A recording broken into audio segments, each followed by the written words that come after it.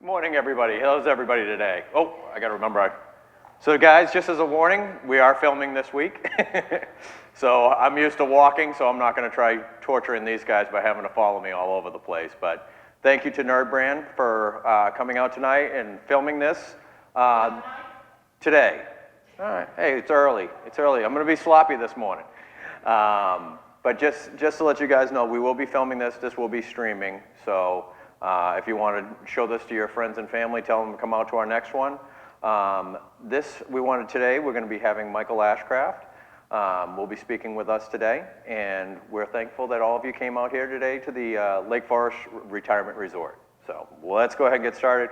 We always try sticking on time. We will always be out of here by 9 a.m., if not earlier. Okay, so keeping the schedule is important when we know you got a schedule. Already covered everything in the first slide. Nailed it. All right.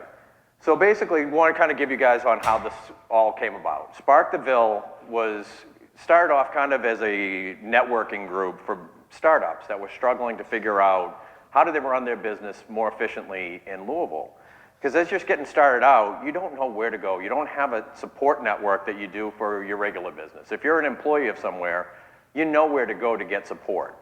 But if you're a startup, where do you go? And so we were getting together with a group of guys and girls and just having breakfast to say, hey, where do you find this license? Or where do you find, if you needed funding? Or where do you find anything that you needed to be able to get help for your business? And so a lot of us were getting together and saying, okay, well, these people, we started really learning their business. And it ended up being something that was a little bit better than networking, because instead of understanding, oh, well, I know this guy does painting, now we know what his company does on top of painting. Does he do staging? Does he help out? What are other areas that we could truly help each other's businesses in? You really get ingrained with these other people's businesses. So we were working with I'm on the board of the Prospect Area Chamber of Commerce, and Kathy asked us, said, hey, why don't we try bringing this to a bigger scale? And this is why we're inviting you all here today, to kind of have that, breakfast in the morning, to be able to talk to each other and figure out how to support each other and how to learn how to do our business better. I mean, even this morning, we learned about a new catering company, and we learned about these other people that are coming in and saying, Bruce had a new series of speeches that he was launching. And these are the type of things that, we want to get the word out there. We want to support each other as we continue to try growing in Louisville. And I liked hearing, when we were talking this morning, he's like, oh, well, I said, where do you operate out of? And he's like, my garage. I'm like, yeah, so did I for our first year. And my wife was very pleased to have our garage back. We finally moved into our location, so we're very happy about that. But we're also very happy to get everything. I had a loom in my garage, okay? If you know how big a loom is, getting that out of there is something that definitely helps your marriage. So, all right. So about us, this is a little bit about the Prospect Area Chamber of Commerce. I'm going to give a quick 10-second ad for you all, since they are sponsoring this. Prospect Area Chamber is one of the best ads that you guys can find for low money. Becoming a member with them gives you access to some of the wealthier businesses and wealthier residents of the Louisville area. I mean, it's around $125 for a year for a small business to join, nonprofit to join, around $170, under $200. There's not a lot of ads that you can get for $200 that gives you the benefits that the Prospect Area Chamber does. I mean, this is emailed and blasted out to everybody. You get welcomes, you get ribbon cuttings, you get your name in the directory, which is coming out soon. These are all things that are going out to all their residents, and these are benefits of the Prospect Area Chamber of Commerce that goes to work for you. And we'll talk a little bit more about why I believe these nonprofits and these chambers are very helpful to be part of. What we're covering today, so again, I want to kind of keep my part short because, again, nobody's here to see me, we're here to see Michael. But before we welcome Michael, a couple of key things that I wanted to talk about today was, how do you make your business successful? What are the keys to making things successful? I had a mentor of mine from my last company sent me an article the other day from Forbes, and we're going to cover that, but it was along the lines of, what is the number one thing to make a startup successful? So we're going to cover that. Some of the best free networking that you can get. I was talking with Tammy over here the other day, and she said a line to me that stuck, and I want to cover that with you. And then the final thing is that some areas of free marketing that you don't have to sit there and pay tons of money into advertising and letting people know more about your brand. All right, so what is the most important element of a startup? Everybody is going to think, oh, you need money, or you need, the perfect business model, or you need, everything that everybody thinks is the things that you really need. Forbes really dug in and said, well, what really does make it a successful startup? And as I was going through this, I started reading, I was like, well, these are all the things that I really thought it was, and it wasn't. So the number one thing that they were saying is, is it startup funding? Because you need money to start a business. All businesses have different levels of money that you're going to need. But if you're really looking at it, I mean, you can, certain businesses that, don't require much startup funding, like if you don't need a location, if you don't need those, you can start it for very cheap. But some people need to have money to build that runway. Honestly, most businesses start the first 1 to 3 years without any income. And so how do you survive that 1 to 3 years? And one of the things is they said, startup funding is only 14% of the time makes the person successful. Everybody has a great idea. It was funny because, when I was reading through this, they had a line about Mike Tyson's, I'll get to that in the next second, but everyone loves big ideas, okay? And so an idea is very important. How many times do you guys have, I have a great idea for a business? Having a great idea is wonderful. But being able to go out and do it and execute it is another different story. You know what I mean? It's like everybody can have a great idea. I mean, that's why they made showers in the first place. You want to sit in there and think about, well, oh my God, this would be awesome. But then when you get out of that shower, you realize, okay, there's a harsh reality of what I have to do to make sure this all happens. And it's a lot of work. And the things that you're doing during the day, you're also having to make up for all the other stuff at night. It's a round-the-clock thing to do this. But a startup idea, they came to find out 28% of the time, it was the idea that made that company successful. Your team, this is where the Mike Tyson line, it just made me laugh. It's like everyone has a plan until they get punched in the face. And it's a good team that can adapt the true reality of a demanding customer. And the thing is that it's not always fun. I mean, there's a lot of fun and there's a lot of excitement when you're getting going on your business. And that initial rush, it's like dating somebody new for the first time. You get really excited and really amped up, and then all of a sudden you're like, oh my God, this is a lot of work. Well, that's what they're talking about here. You need to surround yourself with good people that can help you find the balance. I found a business partner that, you need somebody that almost counterbalances you when you're starting up your team. It's like for me, I'm much more of a person that wants to run out and get these things done. And the person I'm with, Steve, who's in the back row, hello everybody. Steve, one thing that was great about him is he's my checks and balances. As I was going over, I got really distracted on an idea that I had the other day, and I was saying, oh my God, well, we could do this and add this to our business. And the first thing he did is he knew how to handle me. He came right back. He's like, all right. He's like, that's the David S. Pumpkin of ideas. He's like, you're just throwing everything out there. And it was using humor to be able to diffuse the ridiculousness of my idea. And those are the type of things. You need somebody that can counterbalance you, but you have those good people that you can have the conversations to tell you, hey, this is a good idea, and this is some of the things why it wouldn't work. So you need to have a good group around you. But again, only 32% of the time did that make them successful. What they ended up finding out, what made all these companies most successful, 42% of the time, was timing. And that's the one thing people don't always talk about. And the reason that it's timing, and this was the one part that I found interesting in the story, is they were talking about this group that created a website that was very, very familiar to what ultimately became YouTube. They put out open source videos where people could, watch video streaming online. But when they put it out there, Adobe hadn't created Adobe Flash yet, so you couldn't really have the technology wasn't there yet. And then broadband was not really there yet. It was still dial-up, so everything was glitchy. So they failed. Then all of a sudden, YouTube comes out, and here they are. They got Adobe Flash, free, and now all of a sudden they have broadband. They were able to just launch and take off real quick, and everybody was able to share these videos easily. So it was timing for them. It wasn't that they had a great idea. These other guys already had that idea. They wanted to do this already. But the timing is what made it really different. And again, if you look at some of the examples they have up here, it's just like some of it can be the economy. Like with Airbnb, everybody's like, who wants somebody, some dirty stranger sleeping in my bed? Well, if you start thinking about it, the economy was struggling at that time when they launched that, and they wanted to have people that could come out and, earn extra money by renting out their place. I mean, we talked to a lot of people that during Derby time, rates go through the roof. I mean, if you could make 2 house payments by renting your house for a weekend during Derby time, that's good extra money to be able to, sack away for later. So timing was the #1 thing that they found in that article, but I thought it was an interesting share. And these are the type of things that as you come across them, share this with your network, share this with the people that you know, because this type of information is what can help you sit there and try looking at things differently instead of the tried and true of like, oh, I believe that you have to have a great startup idea. Oh, I got to throw a ton of money at this. Try being more efficient and make sure you're studying and come up with a business plan that will look and say, okay, is the timing right for this?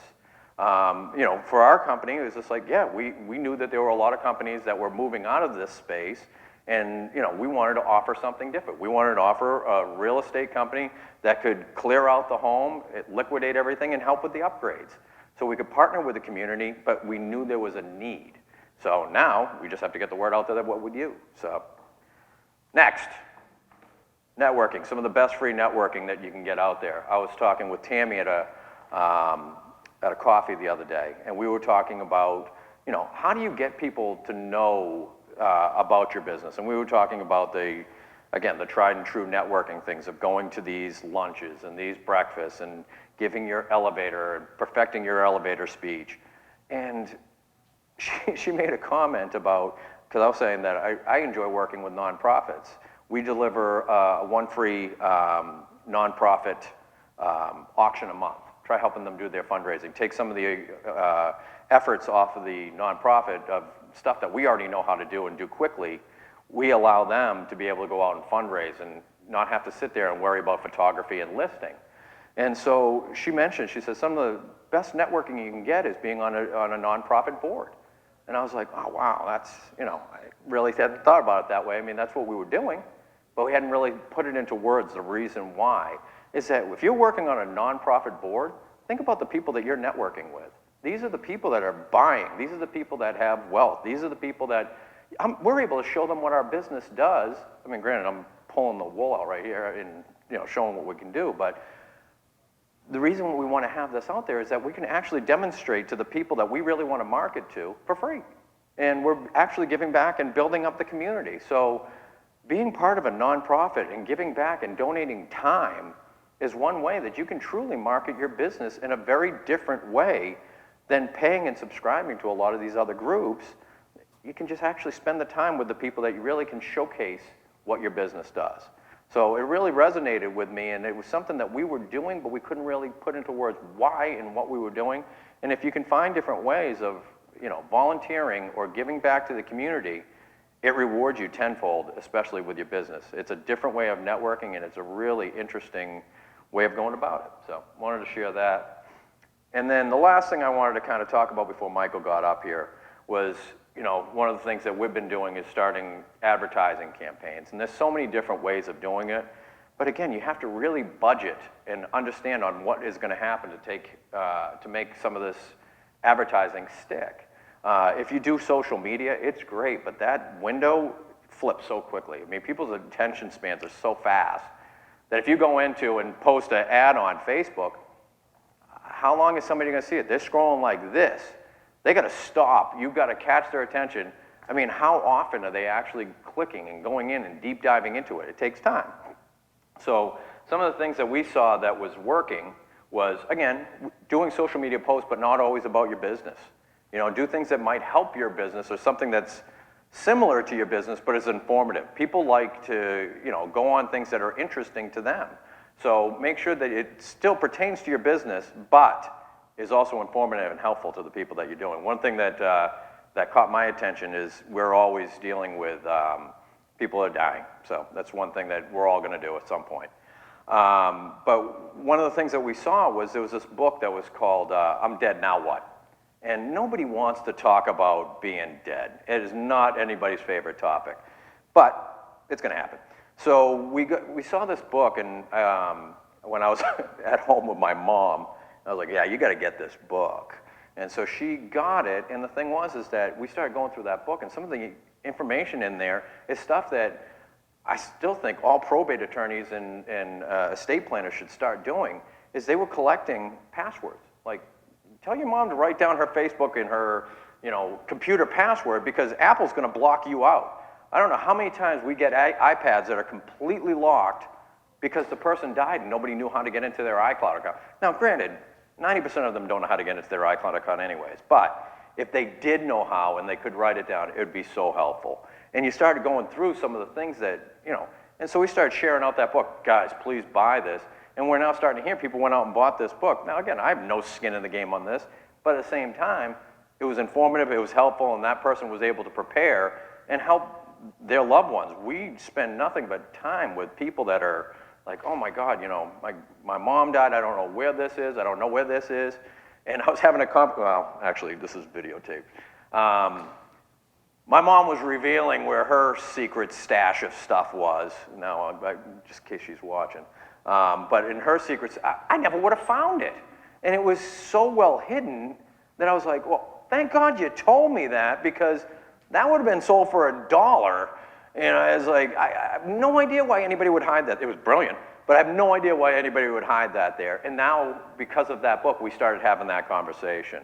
And the other thing that it has in there was tell the stories. Some of this, the generational stories that you don't get anymore. And, she's like, as more and more people die in your family, you don't really die a true death until people aren't telling your story anymore.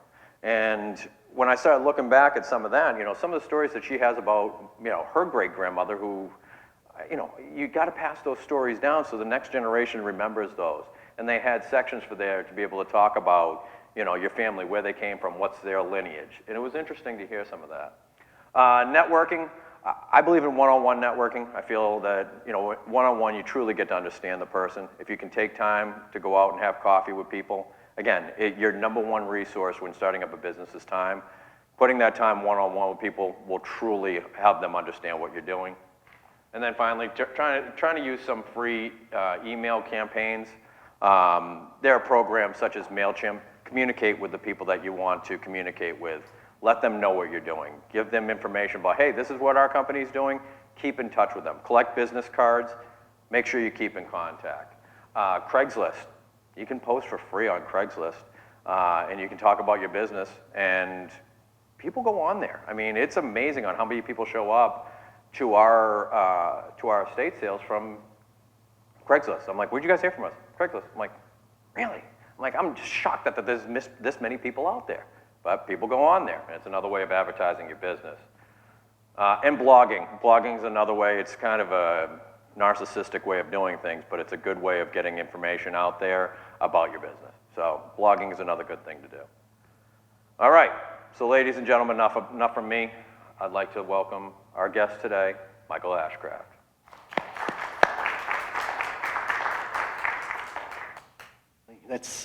This is on video, huh? That's kind of a scary picture there. I know, that's the scarier part. Thank you, and I appreciate the time this morning. I do want to thank Dave and Steve with Legacy Home Estates. I think this is a great idea to have a format like this. I want to thank Kathy and the Prospect Area Chamber of Commerce for supporting the idea. I don't see anything quite like this anywhere around the state. And I travel the whole state. I work mostly with chambers of commerce. Most of them, if they get outside of the metro areas, the 5 or 6 most populous areas, they're all struggling. We're relevancy, and we talked about this last week, Kathy. What are they offering as value? This, to me, is one of the most valuable things somebody can offer as a membership-based group of any kind when it focuses on business. And it really what Dave said, and I think it's really hard for me, and I've got 2 millennial sons, so I'm not disparaging the millennials. I think they're great folks. I think they get a bad rap, but one of the things millennials don't really see a value as a generation is the time spent one-on-one, personal networking and getting to know people. I think that is the best way, and I think as my sons are getting older, they're starting to understand that too.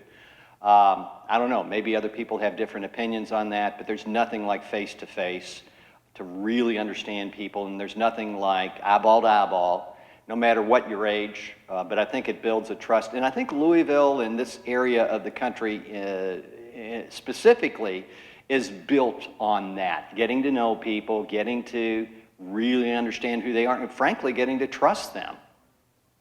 You don't get that in a lot of places. So that's a real value we have, but it's also, it's a two-edged sword, because you have to be able to get out and network with people. And I've heard a lot of people who are not from this area saying it's so tough to break into the Louisville circle or the Lexington area circle. It's like, I've been here 30 years and I'm still considered an outsider. So, the challenge is getting somebody that helps you break into that. This is a perfect setting. And for what amounts to like 50 cents a day, that's a bargain. So I'm not here to promote memberships and that sort of thing, but what I am here to talk about is kind of our perspective of SBA, who we are, what we do, how we can support small businesses, whether you're just an idea on a cocktail napkin, whether you're just a very early stage startup small business, or whether you're a respectable size, multi-generational, multi-million-dollar company. They all are small businesses, and that's kind of interesting what Dave had about numbers. I'll get into numbers and what small businesses are and how many there are in just a few moments. Let me tell you a story first, though. What I just said, I don't know, it sounds, I just said that and I thought, boy, that sounds kind of like Mr. Rogers. Let's all get close and let me tell you a little story here. But I think it does tie back to some of the points that Dave made. And that is, there was a guy once, let's call him Mr. X. And Mr. X had an idea. He had just recently graduated from a very fine institution, a lot of great knowledge, a little bit of experience, and he had just come into a small inheritance, well, respectable sized inheritance, and had the idea to start this business, seeing a need. So he had been moving along, built his team, used his knowledge and experience, and about 2 years in, they were really struggling, unforeseen issues. And the one thing you can always count on is whatever you plan, it ain't gonna happen. So you always build into your business plan contingencies for everything, just about everything you can imagine. And then things you can't even fathom would happen, because they're gonna happen. So anyway, Mr. X, 2 years in, was literally on the doorstep of bankruptcy. What did he do? He took his last $5,000 that the company had, hopped on a plane, and went to Vegas. Sounds like an act of desperation to me. I might have done the same thing given the circumstances. So Mr. X went out there, not a big gambler, but it's sort of like his last option. He took his $5,000, he was out there for a few days, and he walked away with $27,000. Not a big amount, not bad, quadruple your money. So he took that money, went back to his business, and it bought him 5 days. And that's all it took. Timing. Timing was everything for him. So in that 5-day period, he was able to pay the fuel bills for his company, because without the fuel getting paid, his company didn't exist. He made it through that. About 7 days after he got back, timing again, he was courting some folks, some investors, and he was able to get $11 million to plug into his company. If not for that gamble and coming back with the $27,000 to give his business another 5 days to live, he wouldn't have gotten the investors, who knew nothing about this, by the way. And later on, things turned better and better. Mr. X is Fred Smith, FedEx, a $38 billion company now. Back in 1973, that's what Fred Smith was facing. Not every business turns into a multi-billion-dollar multinational company, and most don't. 99% of business in this country is small. That's about 30 million small businesses, 30 million entrepreneurs, 70% of whom have no employees. But yet everyone acknowledges that small business is what drives this country, drives the economy, really drives the world market. You think we're entrepreneurial here, Other countries have it so embedded within their culture that that's the only option they see. I mean, that is it, that or nothing. So they are always thinking entrepreneurial, and that's the great thing about immigrants coming to the country is they bring that drive, that knowledge, and that's what built up this economy over hundreds of years. So the point is that timing is, like Dave said, probably the most important factor. And sometimes the best idea, the best team, a sufficient amount of capital won't overcome circumstances due to bad timing. Like the economy, the downturn in 2009 through 11, even though technically it was only about an 8-month recession, it took years to get over that. But remember, with every recession, with every downturn comes tremendous opportunity. As that old saying, it's always darkest before the dawn, and that's what happens. Many great innovations, things that we think of today, oh yeah, think about 5 or 10 years prior or 20 years ago, what we did not have. Here's an example. You recognize most of those names, most of those logos, those companies? Okay, let me get you thinking for just 30 seconds. What do they have in common? Do, do, do, do, do, do, do. What's that? Logos? What? Yeah. What about? What do they have in common other than they all have great logos, very colorful logos, which is key in terms of communication. Which, by the way, every time you're out there, you're communicating. Yes. No, but a lot of them did, but not all. They're all successful now. Lots of employees now.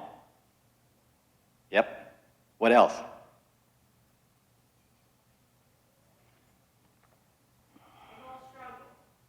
Yes, they've all struggled.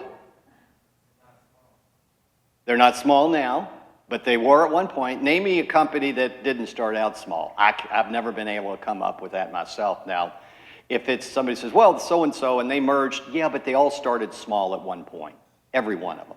A lot of them, the proverbial starting in your garage or basement is very common. It's smart. It's a way to save money early on and spend it on important things. Okay, time's up. They all, at one point or another, had ties back to SBA.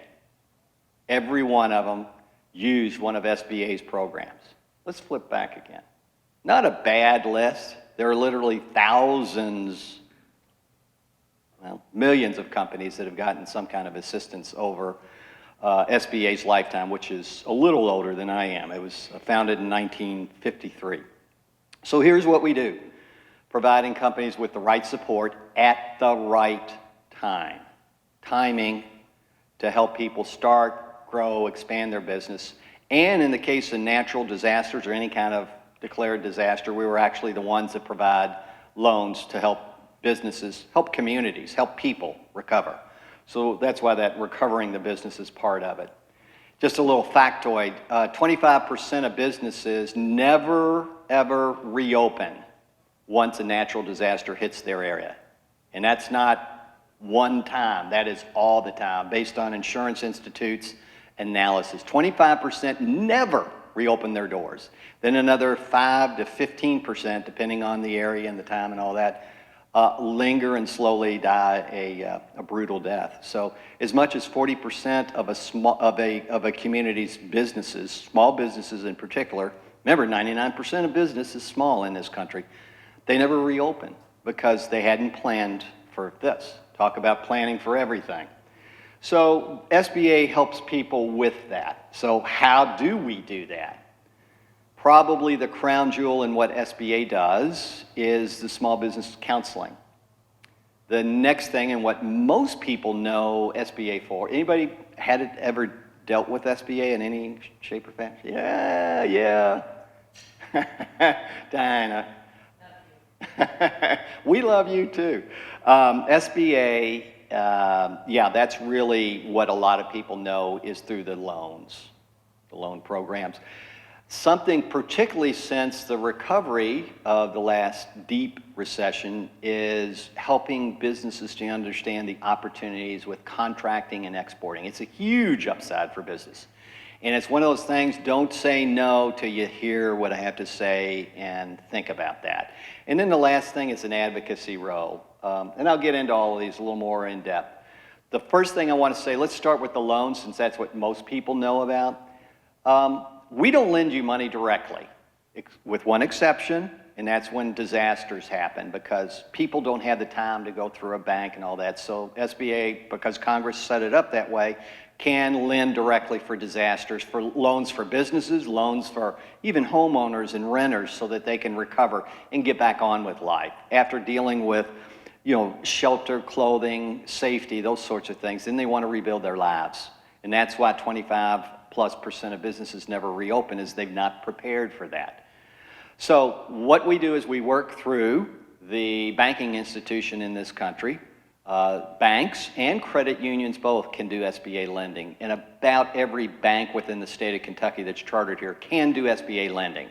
About 1 in 5 any given year does it, but some of them do it very, very well. Credit unions as well can lend money for an SBA business loan.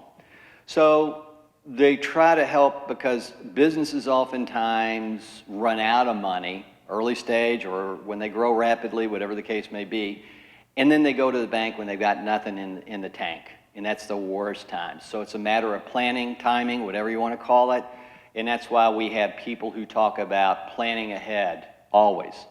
So, and actually the interest rates are extremely competitive. They're regulated by Congress. There's not any, let's just say, high interest rates that they charge relative to what the banks do. I will also tell you, and this is on film, that your best bet, first best choice, is to get a loan from the bank or the credit union, if you can. And if you cannot, for various reasons, the bank says it's too risky, which is a big issue very often. We can't do it. We have too many of your type of business on our portfolio. They don't really say things that directly, but oftentimes what happens is the bank will turn you down. That's sometimes where SBA can step in. We don't make the bank do the deal. The bank has to want to do the deal, but it's one of these conversations of, we would like to, but we would like to fund your project. We would like to lend you the money. We would like to help you buy that building. We would like to help you get additional inventory, buy a new equipment, loan you money for working capital, but. Now, here's what that means. The bank sees something that's troubling. The bank is regulated by other federal agencies. They can lose their charter if they have too many risky loans. It doesn't happen very often anymore, but even during the last recession, some banks closed.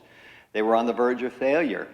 So what SBA does is works behind the scene with the bank. The bank lends you money that the bank has on deposit. And what they're getting from SBA, it's called a guarantee. A guarantee is sort of the easiest way to think of it, is like an insurance policy. So if the bank does everything proper, that is getting the proper paperwork filled out and taking care of things on their end, then even if the business fails, the bank will get a check for up to, in some cases, 95, but typically up to 85% of whatever the loan amount is left over. If the business fails in the first few years or 10 years later or whatever. If there is still a balance on that loan, then the bank gets paid typically up to 85%, some cases 75%. It's variable depending on how much money typically that's borrowed and which loan program they work. So what that does is, what I just said, is it reduces the risk on the bank by as much as 75, 85, 90%. So then it's a game changer, because all of a sudden the bank says, well, we're not taking all the risk on ourselves. Yeah, we like your project and we get the SBA guarantee, so we're moving forward. We're not out there giving money out willy-nilly, taxpayer money. This is working through the lender network in this country. So it's a good program. It works real well. USDA has a similar program, but they don't do nearly as many projects. SBA is the only federal agency that is founded and exists solely. Our sole mission is to help people start, grow, expand and recover small businesses. That is what we do. So the loan programs are very important. And last year, roughly, around $30 billion. Kentucky, about $180 million last year. Over the last decade, it's about I think approaching $7 billion in our state in investments in SBA. So that shows you that small business and the small business loan programs do add up and do make a difference, because it's all about creating the opportunities for the businesses, job expansion, wealth creation for the business owners, and also and this is where the politicians like it, it creates a larger, tax base. So that's all good stuff, all upside on that. So basically we have a few requirements. You must be for-profit small business. Really what we're looking at, do you fit the size standard for small business? That is seldom an issue, seldom with us. Again, 99% of all businesses small. As long as they are classified as a small business, it's a quick check on our part to see, depending on the industry you're in, they look at either how big you are with number of employees or how much your average annual revenue is, and that's it. So unless you have a complicated structure and it's a multi ownership type of situation, in most cases it can go pretty, checked pretty quickly and move forward pretty rapidly. Have to make sure you can repay the loan, and what we mean by that is nobody wants to set up a business for failure. Just give me the money, let me go on with my business and get out of my way is sort of what people would like to hear, but it's not reality. What really has to happen is we have to make sure, do you have enough money? That sounds kind of odd, but one of the things SBA looks at is cash flow.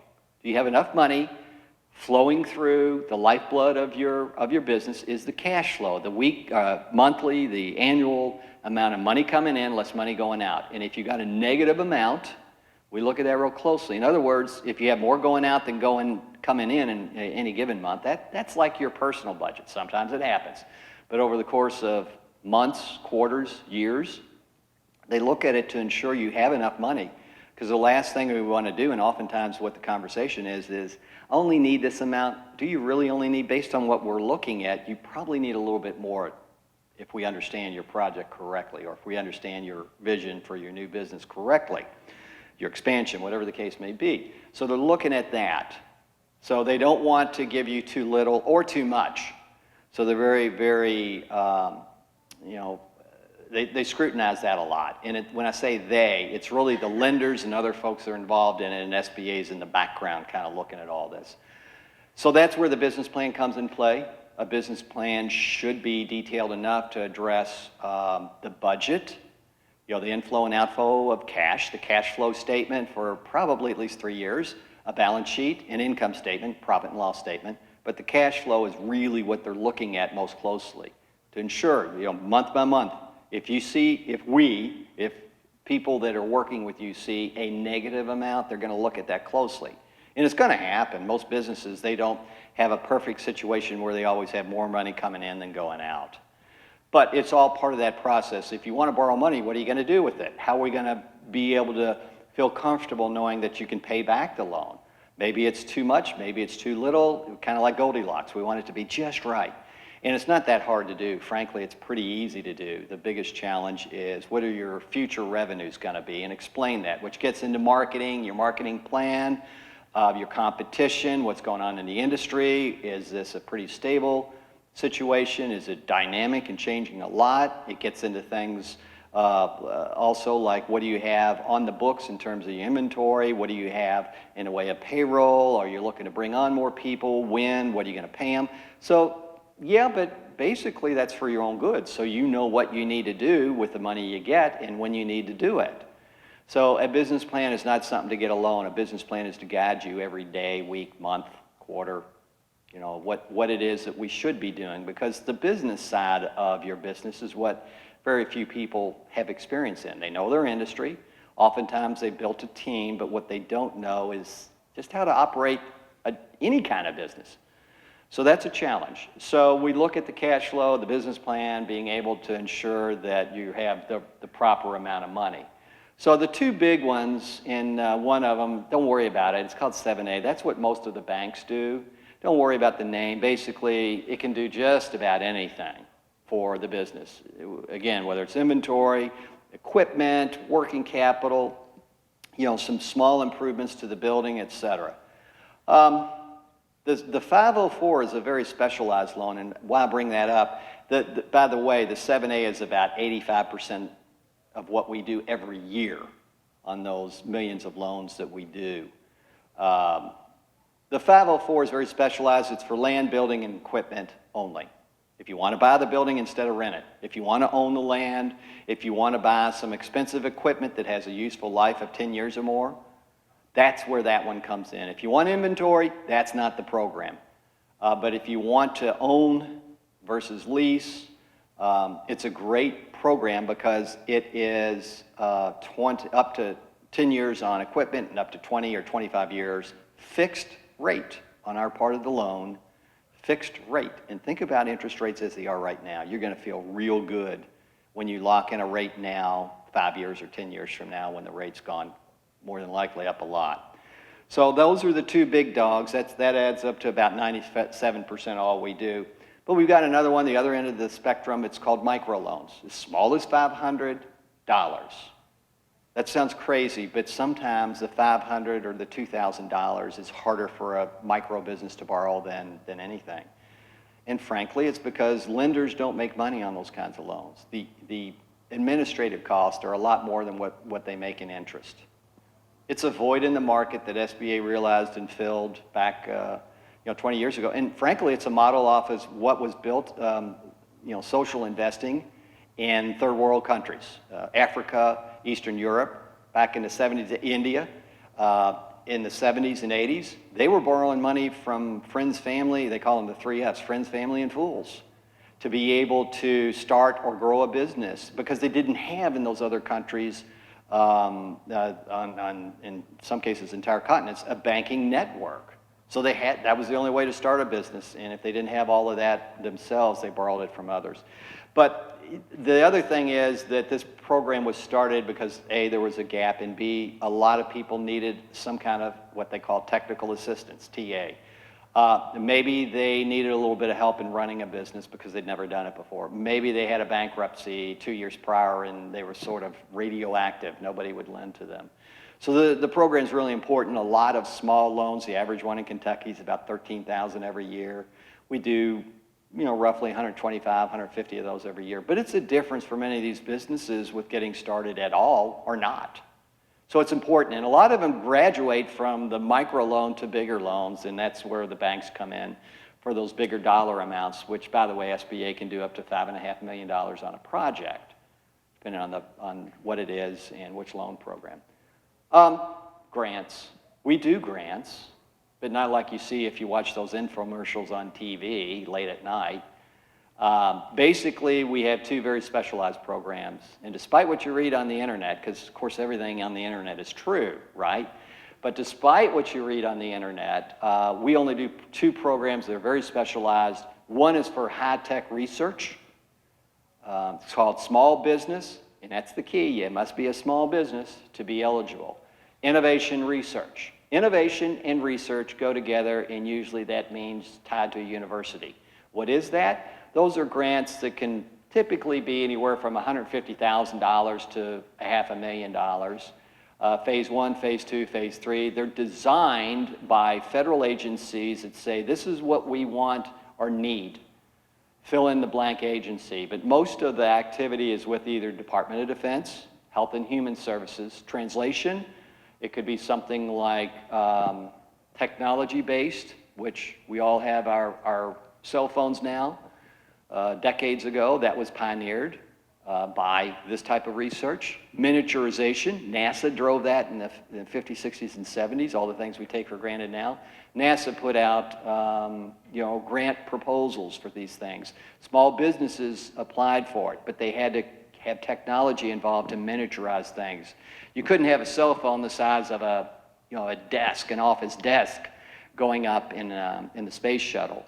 So everything had to be reduced. Or it could be something like cancer research. I don't know if you recall that second slide, 23andMe, they're doing a lot, and they were working on basically the mapping of the human genome. And that turned into all these companies. I mentioned 3 phases. First one is kind of proof of concept. Phase 2 is ramping it up, and that's a matter of typically 1.5 to 2 years on Phase 2 of the grant. More money, more time, bigger project. Phase 3 is spin off into a small business. Many businesses that started out in the research side, probably tied to a university in one of those grant programs, turned into companies we know today. And then the other end of the spectrum is small export grants that we do through the Kentucky Cabinet for Economic Development. Just another announcement recently on that. Kentucky does a great job with exporting every year. Surprise, surprise, about 70% of the exporting companies are small. And when people think about it, it's like Ford, a lot of people saying, it's one of the bourbon companies. Yeah, they all do a lot of exporting too. Whether it's vehicles or, agriculture-based.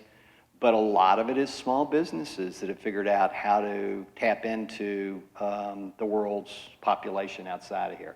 So how does that all tie back to you? I mentioned counseling. It's really important. There's the resources.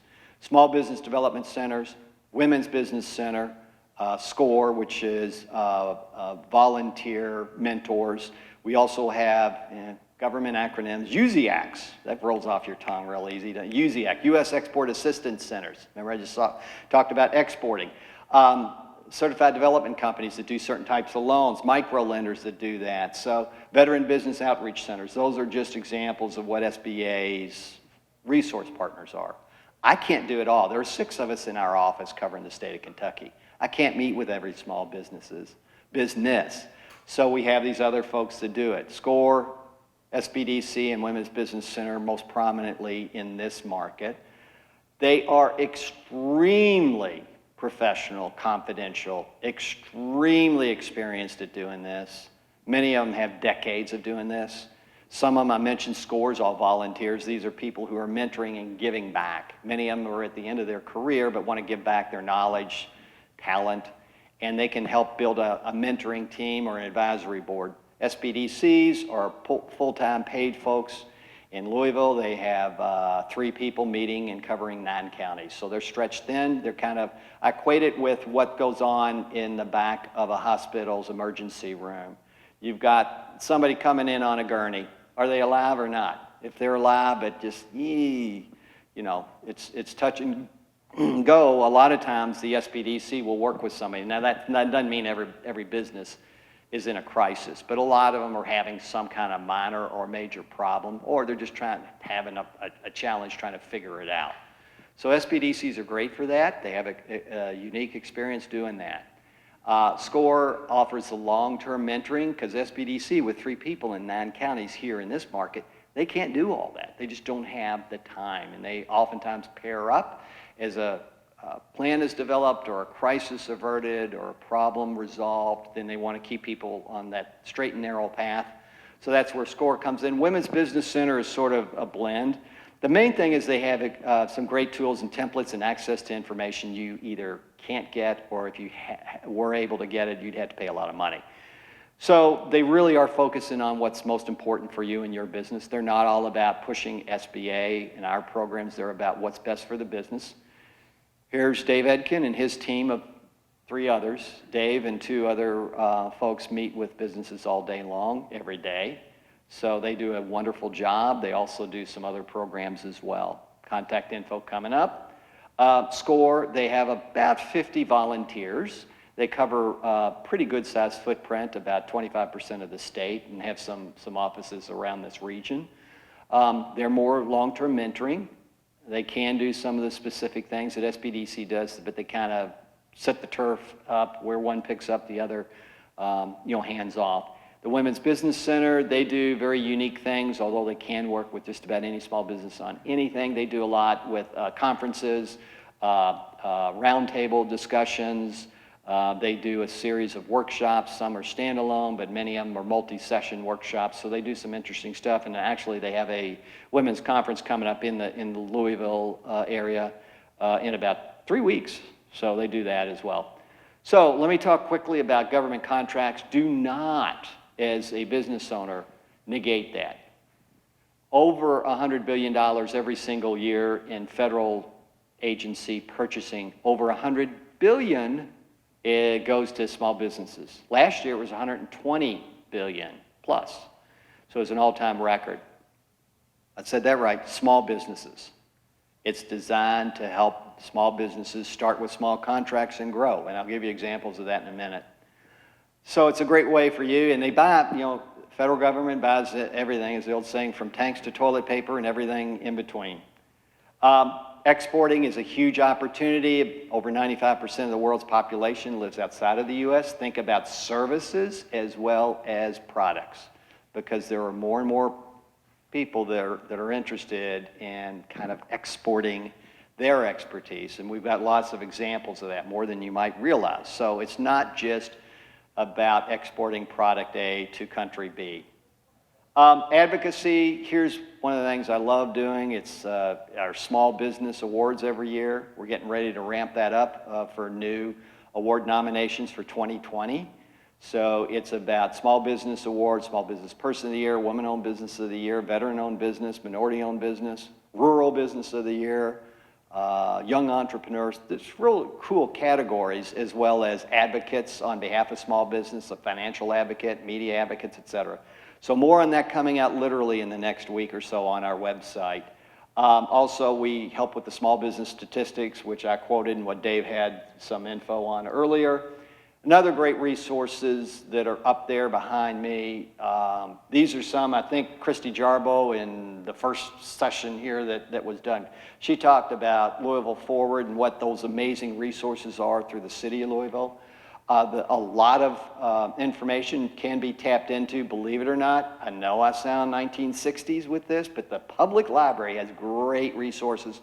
It ain't all on the internet. Well, it might all be on the internet, but about a third of all content is blocked. A lot of it, you can get it, but you have to pay for it. It's behind walls, paywalls. So the library, in conjunction with the SBDC score and others, can help unlock that, and they can get a lot of that data for free to you because they're paying for that access, and they get a deep discount because of what they do. American Fact Finder with the census.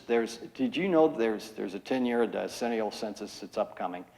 Ongoing, the census does American, what do they call them? American something studies. They do ongoing census studies on businesses and on individuals, and it's amazing data. It's overwhelming data. I would not recommend you do it on your own. Get one of these folks to help you dice and slice all that data, and they can help you through that.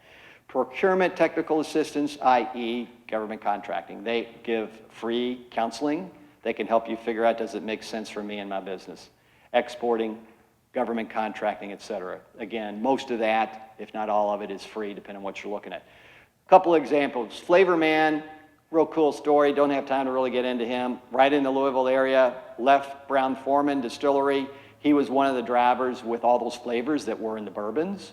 They're now doing it for other companies. Really cool. He had gotten a small loan to start his company and renovate a building. Later on, they got flooded out, so he got a small disaster loan. He got a third loan for a building right next to them to build something they call the epicenter, the distilled spirits epicenter. They call it Moonshine University. They teach people on how to start a craft distillery, a moonshine production business, et cetera, et cetera. They're experts at creating flavors. Back in the 90s when they first started, Jones Soda, anybody remember all those crazy flavors? They were the ones behind that. So Puzzles Academy Fund, a business that was on life support for a while. I actually worked with them when they started the business. They ran into a business model challenge because of a downturn in the economy. It was kind of discretionary spending, so what they ended up doing is morphing into a business in a building they built specifically for that. Added child care as a perfect marriage between what they were doing and what they had avoid on nights and weekends, or during the day and certain nights. So they kept them alive, and now 2/3 of their revenues come from their child care services. Naga Needles, he's Dr. Medispana actually got one of those small business innovation research grants through U of L Research. I can't even tell you. I can say nanotechnology, and that's all I can explain about what he does. But really interesting, an immigrant that was doing his PhD work at U of L and ended up stumbling on this. Strategic communication, Kathy does a great job with government contracts. She was another one, literally on the edge of bankruptcy, And she ended up, after getting with the right people and the right counseling, and she was able to turn her fledgling company into one that grew to $100 million a year contracting company with all these federal programs. Universal Spartan, relatively new company, and he came out of the military, had some unique experiences in terms of purchasing. About 5-6 years ago, he worked with the SBDC in Elizabethtown, and he was able to tap into government contracting, and also his website is very interesting. He focuses on a certain sector. A lot of his product is exported now, so again, another one of those double dippers where you use 2 or 3 different programs. Here's their contact information. This is just for Louisville, this area. It's similar around the state, around the country. So there's that info. 2 more things, a handout up here you did not get, how to start a business. It's basically the paperwork thing, where to register, tax licensing, all that. So if either you're not sure if it was done right, or if you want to grab that for someone else, or maybe you might yourself want to start a business or another business later, it's right here for Jefferson and Oldham counties, since Prospect straddles the line. And this lists all the things I talked about, Kentucky-based. Resource guide, it's free, so they're up here. If you want to grab one, you're welcome to it.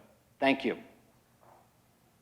All right, everybody, I want to kind of quickly thank NerdBrand. They're the ones that are going to be that have been filming this for today. They will have this online. We'll make sure that this is emailed out to all of you guys so you can share with your friends and family.